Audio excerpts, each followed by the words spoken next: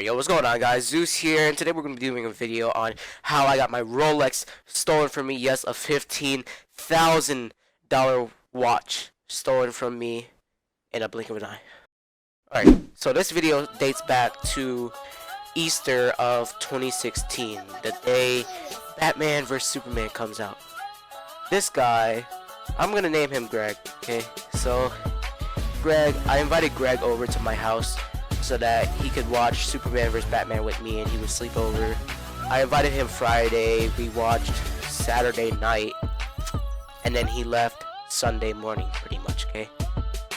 When does Greg steal the Rolex in this story?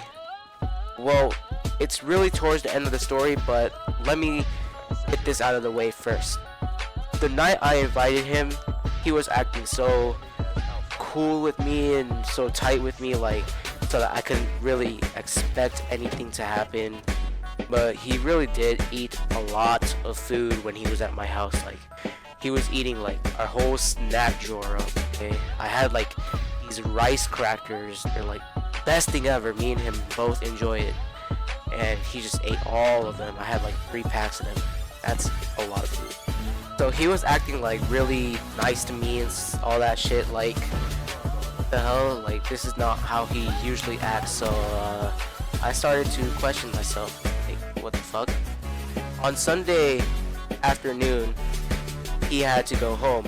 His mom couldn't drive him home, so me and my dad had to go home. But before he went home, he played hide and seek with me, which was a bad idea. So yeah, okay, I agreed, let's go play hide and seek, let's go hide.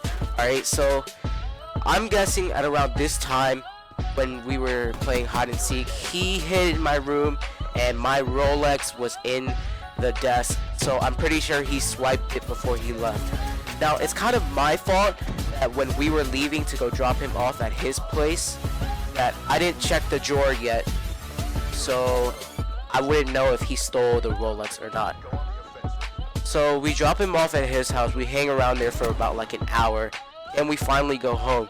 And then I got this strange suspicion in my mind that maybe he did take the Rolex or something like that, you know? So I go home running into my room. And then I open the drawer as fast as I can, and I search around looking for my Rolex, like, where the fuck is it, you know? Like, I crumple through all my stuff, like, where is it? And then I text him like a billion times, and I also FaceTime him a billion times, but he never responds or anything. I DM'd him on Instagram. He didn't even see the message. Usually it says seen in the corner. So I'm guessing he obviously took my Rolex. But then he texted back at the last minute. He was like, dude, maybe the Rolex is in the room somewhere. Because remember when I handed it to you? Like, what would you do if I took the Rolex? And I'm like, so I go searching my room, and I can't find it. Just, I tear my whole room apart. It's like a fucking tornado flew around my room. Okay, let's not start that. Alright, so at this point, I can't find my Rolex. Where the hell is it?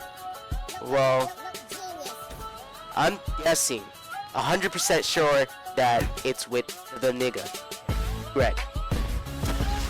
But then, when I was searching around my room for the Rolex, I happened to stumble upon his jacket. So I tell my dad about the whole situation, and he's like, oh, well, he did swipe it, and I showed him Greg's jacket, and he says, you need to return that to him the next day. I'm just thinking in my head, like, why can't I just blackmail him for the jacket? But then I think more thoroughly, like, well, the jacket is $60 and the Rolex is $15,000 retail. Resell is like $10,000. So really, if I blackmail him for that, there's really no point, because he can buy like 1,000 of his jackets for the price of the Rolex, even more. So the next day I see him at school. I see him in breakfast, okay, where he usually is, his fucking hangout before he has to go to homeroom, right? I walk up to him and he's trying to avoid me, but I just say, bro, here's your jacket. And then after that, I say, bro, did you take my Rolex? And he's just denying it and shit, like my other friend. He's like, nah, bro, I didn't take your Rolex, man. Maybe it's around your room somewhere. He says again. Alright? So, during that whole day, I was, like, being worried. During that whole day, I was worrying about my Rolex. Like, what the fuck has he done with it? Where has it been already? Did he already sell it or something? Because he has a reputation for selling people's shit and just copying the money for it. Okay? So, when I got home that day, I gave him his jacket back.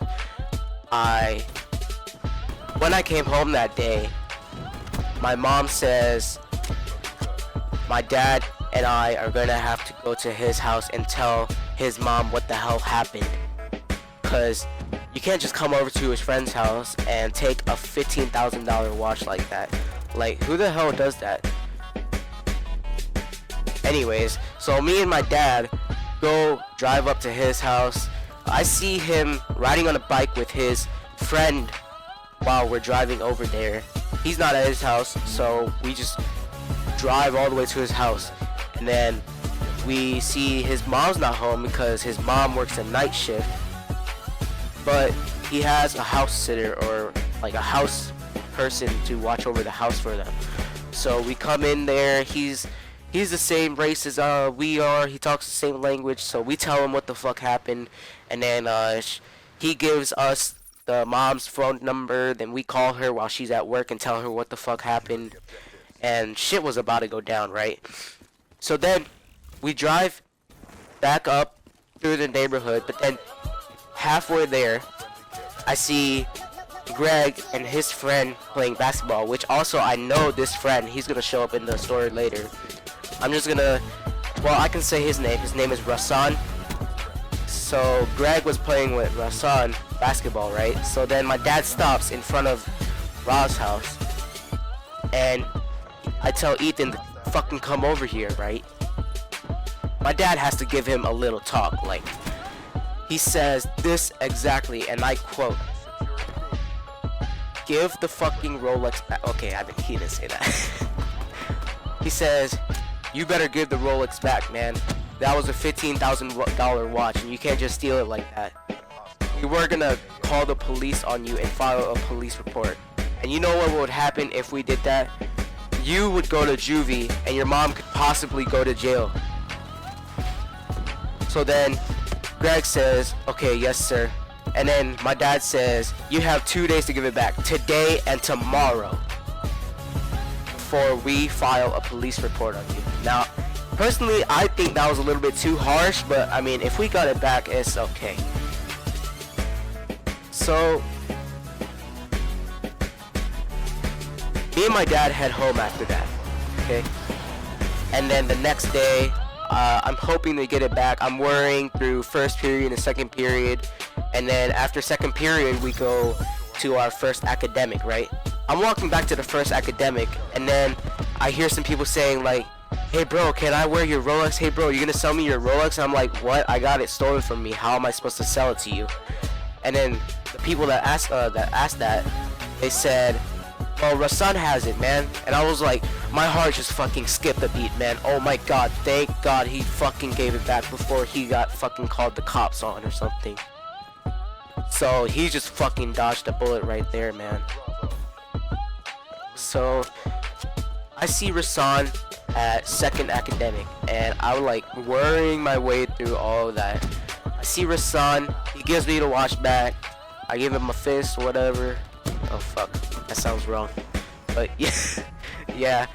So we go on our ways. I check the watch. I'm wearing two watches at this point. I'm wearing the watch I wore to the day, and I'm wearing the Rolex.